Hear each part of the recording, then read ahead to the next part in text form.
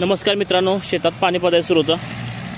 तर या सरीनं जे पाणी जात होतं ते पाणी पुढे सरकं ना.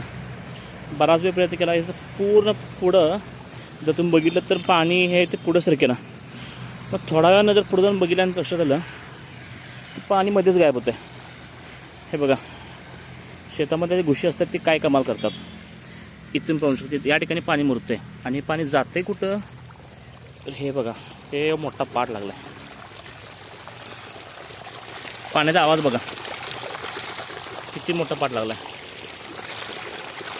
इकडे खाली पाणी प्याले पण वरच्या बाजूला पाणी अजिबात नाही. बघितलं काय?